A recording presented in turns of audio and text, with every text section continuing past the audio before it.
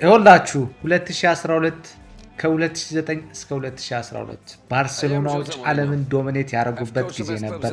ባርሴሎናዎች በጣም የሚገርም ቲም የነበሩበት እነ ሊዮኔል ሜሲ፣ ኢኔስታ፣ ዣቪ፣ ዳኒ አልቬዝ፣ ቡስካስ፣ ፒዮል ዩኔምት ማን የሚገርም ቲም ነበር። በቃ ዓለምን ሲያስጨንቁ ዓለምን ቴሮራይዝ ሲያደርጉ ሪያል ማድሪድንም እንደዛው በየአመቱ የላሊጋ ዋንጫ ሲበሉበት የከረመ ቲም ነበር። ነገር ግን ጆዜ ሞሪኖ 2012 ላይ ተረክቦት የመጀመሪያው ጨዋታ ላይ ሪያል ማድሪድ በባርሴሎና 2-0 ተሸንፎ ነበር።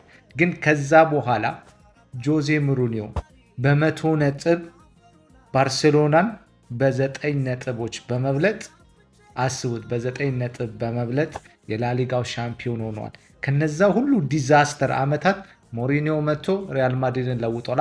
አሁን ኳስ ተለውጧል፣ እግር ኳስ ተለውጧል፣ ሞሪኒዮ ምንም ላያደርግ ይችላል ምናምን ልትሉኝ ትችላላችሁ። አይደለም። አሁንም በተከታታይ አመታት ባርሴሎናዎች የላሊጋው ቻምፒዮን እየሆኑ ሪያል ማድሪድን እያሰቃዩ እያናደዱ ይገኛል። ኦንሊ ኮች ማድሪድን በአሁኑ ሰዓት ሴቭ ሊያደርግ የሚችለው ጆዜ ሞሪኖ ነው ብዬ ነው የማምነው።